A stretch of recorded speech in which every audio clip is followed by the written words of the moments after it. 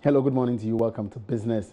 Group CEO for investment and finance firm CDH Holdings, Emmanuel Edusa Akodie, has given the strongest indication to countersue the receiver to the defunct Capital Bank.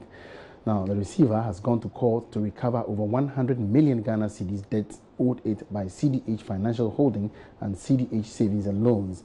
The defunct bank also wants the court to order the Bank of Ghana to withdraw the licenses of CDH Financial Holdings and CDH Savings and Loans for their inability to pay back investment on maturity dates. But responding to the suit brought before the court, Mr. Edusa Akodie, who said the suit was unnecessary, stressed his company's willingness to go to court to resolve the issue. The suit itself is very funny. They don't make a distinction between CDH as a holding company and CDH Savings and Loans. As a matter of fact, for defaming the name of Savings and Loans, we're going to bring an action against them. You see, but my problem is it's very infantile. When we have a discussion and we're going through the processes, you don't run to court. We try and resolve this around a table. Do you want us to also go around suing all the financial institutions where we put the money? I tell you how much we have claim against them. It's immense. So we're all trying to resolve this around the table. It's a business. People hold positions, they may be illiquid, but it will be paid over a period. So why this? And then that thing about the Bank of Ghana should withdraw the license if they're on it. It's very childish. It's quite infantile. Actually, this is what happened. We went to court in the initial stages, and their rate was defective. So we threw it out, and they were upset.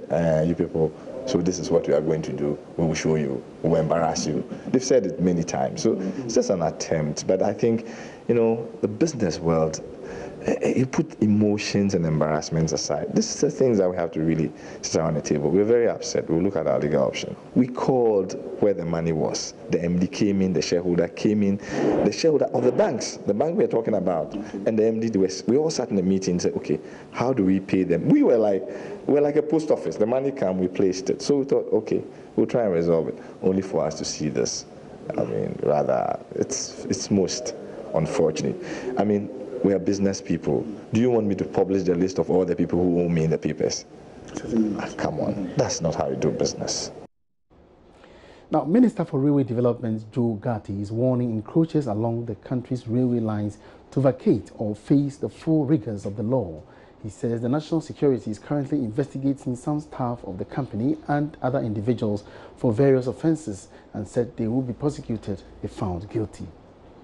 According to the Minister for Railway Development, Joe Gatti, the national security is undertaking audits of some abandoned coaches and other properties of the railway company in the country to establish the company's assets. He identified activities of encroachers as a hindrance to the rehabilitation works on some rail lines. The Railway Ministry is currently on a rehabilitation agenda to improve rail transport across the country. National security has given us the figure. I've asked the railway people also to give me the figure. Because what is happening is that as we are trying to preserve the state's assets, some people are actively stealing. And if they hear that the railway minister said we have 5, that means that they can steal the rest. So please, don't let me mention any figure now.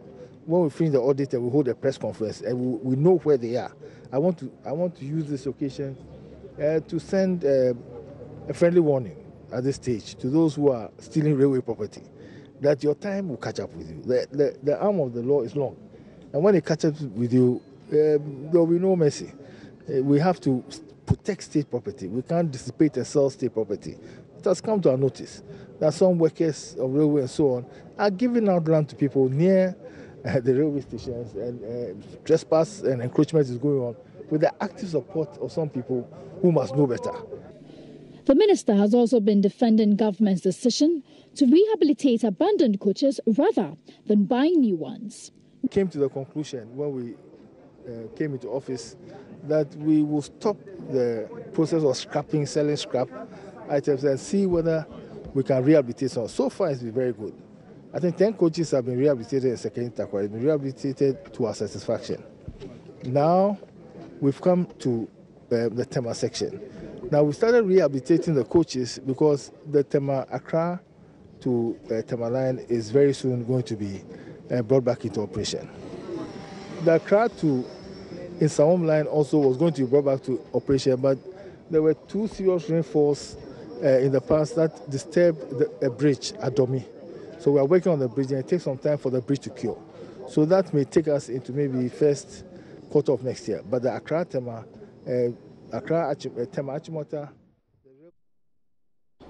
That's it for business this morning. Many thanks for watching. My name is Emmanuel Ampwachi. Have a good morning.